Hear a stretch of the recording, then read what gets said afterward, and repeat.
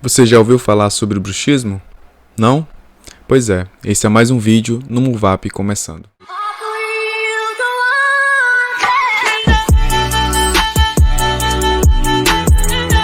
Pessoas se perguntam, o que é o bruxismo? Tem alguma coisa a ver com bruxaria?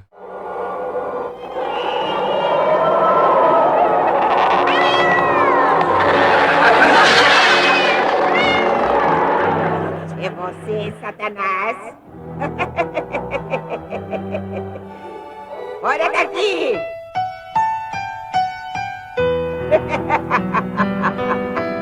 Pois é, pessoal, bruxismo é uma desordem funcional que se caracteriza tanto pelo morder, que é o apertar, ou ranger os dentes. Geralmente, a frequência dessa desordem é mais ocasionada durante a noite, né?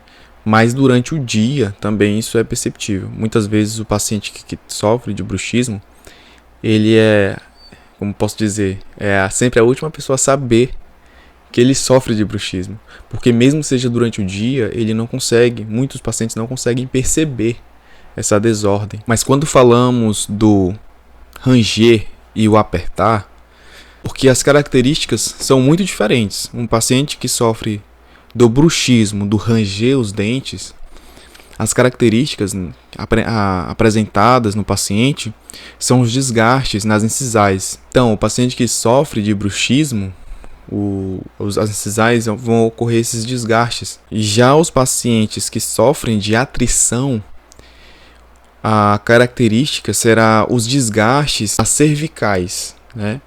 Que as cervicais é aquele término ali do dente e onde inicia a gengiva. A pressão é tão forte que a base, que a gente fala, aquela região ali, ela estoura mesmo, ela começa a quebrar pelo fato do paciente estar apertando os dentes com muita força. Então, quando a gente fala de bruxismo e atrição, são características que o paciente sofre daquele mesmo problema, mas que uma tem diferença da outra. Geralmente um paciente que tem bruxismo, ele não tem atrição, e geralmente um paciente que tem atrição, ele não tem bruxismo. Aí as pessoas me perguntam, Marlisson, quais são as causas que levam o paciente a ter esses problemas de bruxismo e atrição? Geralmente, esses fatores estão ligados a fatores genéticos do paciente, né? Histórico familiar, isso pode ser uma causa. Tensão, estresse, ansiedade, questão de problemas de insônia e fatores relacionados à oclusão. O que é a oclusão? É a mordida do paciente, né? A forma que o paciente morde, ele morde errado, não consegue morder certinho, a mordida dele não se encaixa, os dentes dele não são alinhados, mas nem sempre a questão do alinhamento está ligado com o bruxismo ou com a atrição. Tá? Nem sempre. O que eu falo alinhamento geralmente é a oclusão, né? Não é a posição dos dentes anteriores, os dentes da frente, mas geralmente está ligado com a posição dos dentes posteriores. Exemplo, o paciente tem um dente ausente, tem um dente lá que ele perdeu, né? Foi extraído por algum motivo, por alguma situação, e aí ele não tem mais aquele contato que ele tinha antes, ele começa a morder diferente, certo? Ou existe uma mordida cruzada posterior. O que seria uma mordida cruzada posterior? É quando o paciente oclui, é quando o paciente morde. Os dentes superiores que deveriam ocluir numa certa posição, por exemplo, ele deveria morder casado ali, de uma certa forma, e ele morde ao contrário, mais ou menos isso. Tá? Isso seria uma mordida cruzada posterior. Mas as principais causas hoje, com o passar do tempo, que a gente começa a ver, é a questão da ligação de paciente que sofre de estresse, ansiedade, insônia. Com o passar do tempo, isso se tornou muito mais comum, muito mais rotineiro vermos esse tipo de situação. Ainda não se tem um fator principal, ou que realmente é os motivos, né, que ocasiona. O que a gente já sabe já que é estresse, ansiedade, genética, isso a gente sabe, né, mas a gente não tem certeza por que ele atinge 15% de crianças indistintamente, tanto sendo mulheres ou homens, né? Não existe ainda um fator certo para isso. É muito relativo. Mas a questão da ansiedade, estresse, a gente percebe uma ligação muito maior. Geralmente uma pessoa que ele sofre de bruxismo ou atrição, ele relata uma coisa. Isso é fato, isso eu já vi e atendi pacientes com essa situação. Doutor, eu trabalho excessivamente. Doutor, meu trabalho é muito estressante. Eu não durmo bem. Isso é comum em todos os pacientes que sofrem desse problema. E com o passar do tempo, isso se tornou muito mais frequente de acontecer. Com a pandemia, né, passamos muito mais tempos isolados, muito mais tempo dentro de casa, o convívio com a família. Muitas pessoas falam assim, poxa, eu tive mais tempo de conviver com a minha família. Mas se vocês não verem os dados, acho que muitas pessoas viram os dados em questão da... Tá só fugindo um pouquinho do assunto, mas se você não teve o prazer de ver os dados em questão da Lei Maria da Penha, né, que as agressões, mulheres sofreram muito mais agressões na pandemia.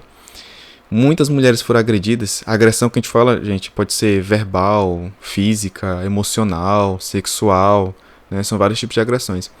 Mas mulheres sofreram muito mais agressões com a pandemia do que em outros momentos, tá?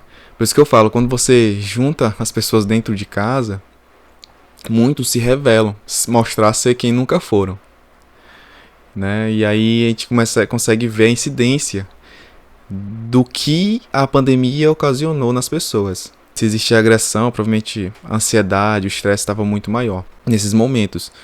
E aí a gente consegue perceber a incidência, a maior frequência, a maior quantidade de pacientes relatando ou o profissional detectando a incidência do bruxismo ou da atrição, tá? Geralmente por causa desses estresses. Também teve outra pesquisa que saiu, a questão do aumento, né? Eu acho que foi, eu não estou lembrado corretamente, eu posso estar enganado que eu vou dizer aqui, mas foi 200 vezes maior o índice de pessoas sendo medicadas para tratamento de insônia, ansiedade, na pandemia, do que em qualquer outro momento, em qualquer outra época, certo? Então você imagina o grau que o isolamento ele pode ocasionar no ser humano. E quando falamos da questão do bruxismo, nesses momentos, o que a gente percebe é que, como eu falei, não tem uma causa específica, mas a gente consegue detectar que aquela pessoa que sofre daqueles problemas, como eu falei, da ansiedade, estresse, a genética, as pessoas me questionam muito, às vezes lá no trabalho, a questão da genética. Ah, doutor, meu marido tem, minha esposa tem, mas nem sempre a genética é um problema principal, tá? Às vezes está acontecendo coisas muito mais graves com aquela pessoa que sofre, né? Porque a pessoa quer falar, meu filho sofre de estresse, meu filho é por causa da genética. Mas aquela criança pode estar sofrendo outras coisas muito mais graves que às vezes a gente não sabe, tá?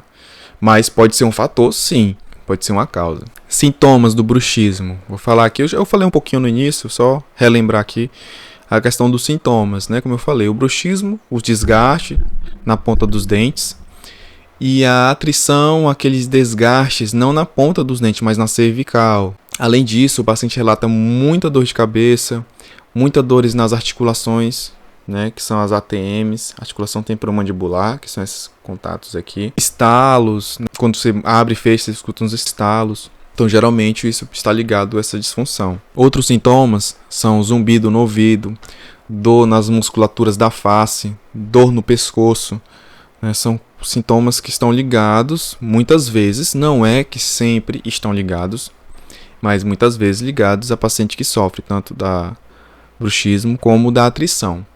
O diagnóstico do bruxismo é bem interessante, porque assim, muitas vezes, como eu falei no início, o paciente que sofre de bruxismo e de atrição, ele só vai saber porque o parceiro, ou a mãe, ou o pai, ou a esposa, ou o marido, perceberam durante o sono, né? Sempre, como eu falei, sempre ele é o último a saber o que se passa com ele, o paciente que sofre desse tipo de disfunção. Ou, geralmente, quando ele vai no consultório odontológico, o doutor detecta, pelas características, né, que ele sofre desse problema.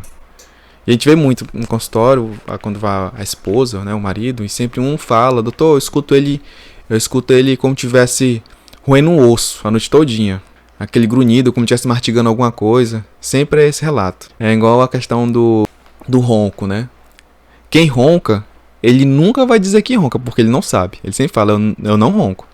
É a mesma coisa do bruxismo. Se a gente falar que ele tem bruxismo, ele vai dizer, não tenho bruxismo, eu nunca escutei. Entende? É dessa forma. Mas não é sempre só à noite. O bruxismo também pode ocorrer durante o dia. Mas incrível que pareça, a pessoa que range os dentes durante o dia, também às vezes ela não percebe. Às vezes é tão intenso, o som é tão intenso, mas ele não percebe que ele está rangendo os dentes. Ou que ele está apertando os dentes, né, criando atrição. Em questão do tratamento do bruxismo, não existe um tratamento específico hoje que resolva o problema. Muitas vezes o paciente chega lá no consultório e fala assim, doutor, eu quero tratar meu bruxismo, quero curar o bruxismo. Os tratamentos odontológicos hoje são chamados tratamentos paliativos, né? A intenção é estabilizar o problema. O bruxismo sempre vai permanecer. Então, por isso que existe aquela importância do casamento dos profissionais da saúde, da área da odontologia, com a psicologia, com psiquiatria, os psiquiatras, porque as pessoas fundamentais para remover esse problema do paciente é o psicólogo e o psiquiatra. Mas não é que só eles irão resolver por si só. Tem que existir um casamento. O dentista faz o tratamento paliativo, da estabilização dos sintomas com o tratamento odontológico, geralmente são as plaquinhas de bruxismo, e o psiquiatra e o psicólogo faz a remoção do problema com tratamentos ou medicamentosos ou terapias. Se o paciente existe aquele estresse, existe aquele trauma, existe aquela ansiedade, o tratamento é um reflexo, o problema que está na boca é um reflexo do que está aqui na mente, tá, pessoal? Isso é bem importante se entender, porque não adianta eu querer tirar um problema que está na boca, sendo que o problema está aqui na mente, no cérebro do paciente. Então, aí geralmente o tratamento mais comum é medicamentoso. Vou falar uma coisinha aqui que às vezes a pessoa fala assim, doutor, isso já aconteceu, já vi um caso de um paciente assim.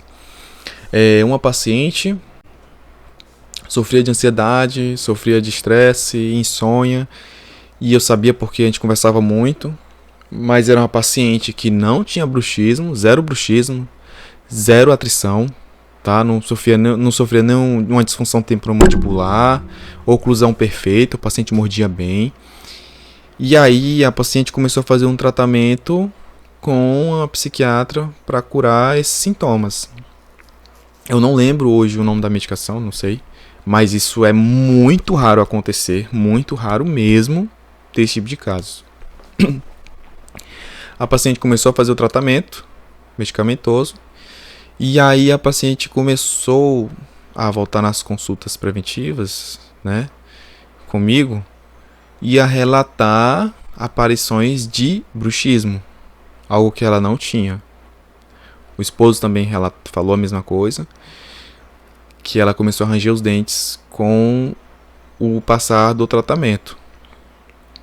Então, provavelmente, não estou dizendo que mas a medicação que a paciente poderia estar fazendo, nela pode ser ela, a única paciente ali de 1000 pacientes, ela é a única que teve esses sintomas, levou aquele problema, né, as características do bruxismo, a ela começar a ter. E aí até eu fui a ideia que eu dei pra ela no tempo, foi que ela voltasse com a médica, eu fiz uma cartilha direitinho, que ela voltasse, levasse a cartilha e tentasse substituir essa medicação, porque provavelmente essas características da medicação que ela estaria tomando para ela, não é que para todos isso ocorreria, mas que para ela estaria levando a ela ter esses sintomas, entende? Então são características únicas, são poucas, mas possível de se acontecer. Então, retomando a questão da plaquinha de bruxismo que eu estava falando, que são as plaquinhas de acrílico, a intenção dela,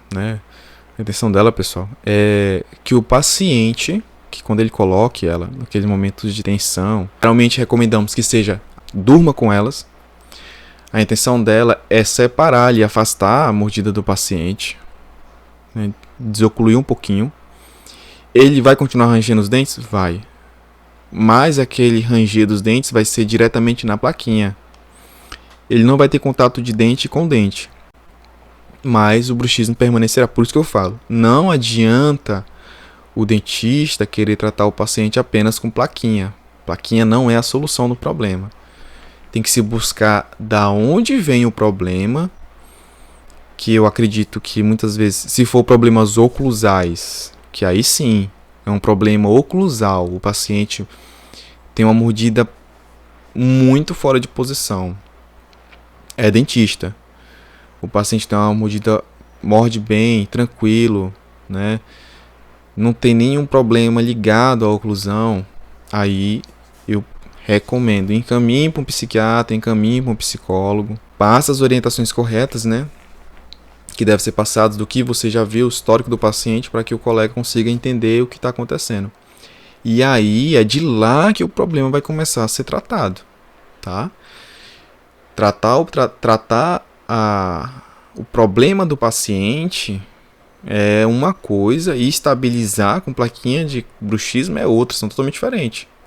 Manter um problema que existe ali, o paciente vai continuar, vai voltar a fazer plaquinha em cima de plaquinha, plaquinha em cima de plaquinha, e não vai conseguir ter sua vida rotineira como era antes, normal.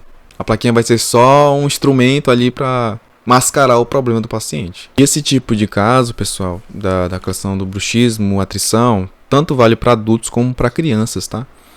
Mas quando a gente fala de crianças, a primeira consulta ali, o ideal não é o ideal é que o pai ou a mãe leve para um odontopediatra.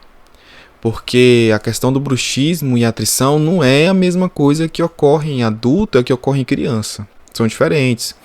Porque a gente está falando de uma fase ali onde o paciente está tendo, os dentes estão nascendo, a fase que começa a ver a troca dos dentes de leite pelos dentes permanentes, que dentes permanentes são os dentes definitivos.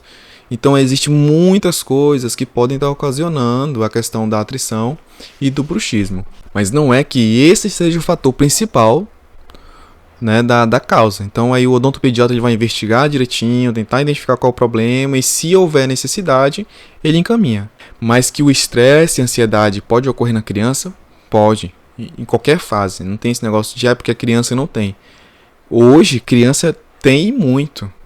Ainda mais pelo fato da exposição que ela tem. A tecnologia hoje, o isolamento social. Uma criança hoje ela não brinca mais na rua, ela não corre, certo? Ela passa muito tempo dentro de casa, muito tempo ansioso. Então ela guarda muitas energias. E essas energias acumuladas durante a noite é um problema, porque ela começa a descontar, procurar uma forma de descarregar essa energia que tanto ela tem. E aí ela pode adquirir um bruxismo, uma atrição, e nessa fase de criança, nem trocou os dentes, começou a nascer os dentes, já tem bruxismo e atrição, é muito grave.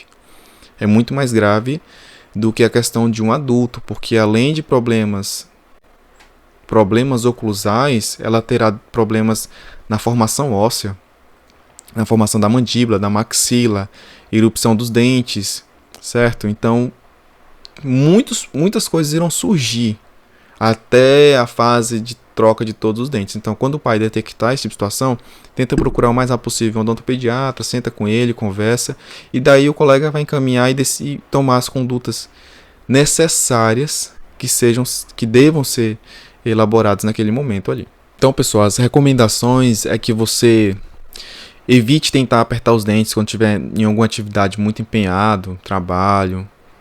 Claro que caso você perceba, evite mascar chiclete, pratique atividade física, por isso que eu estou falando na questão da atividade, quando eu falei da questão da criança.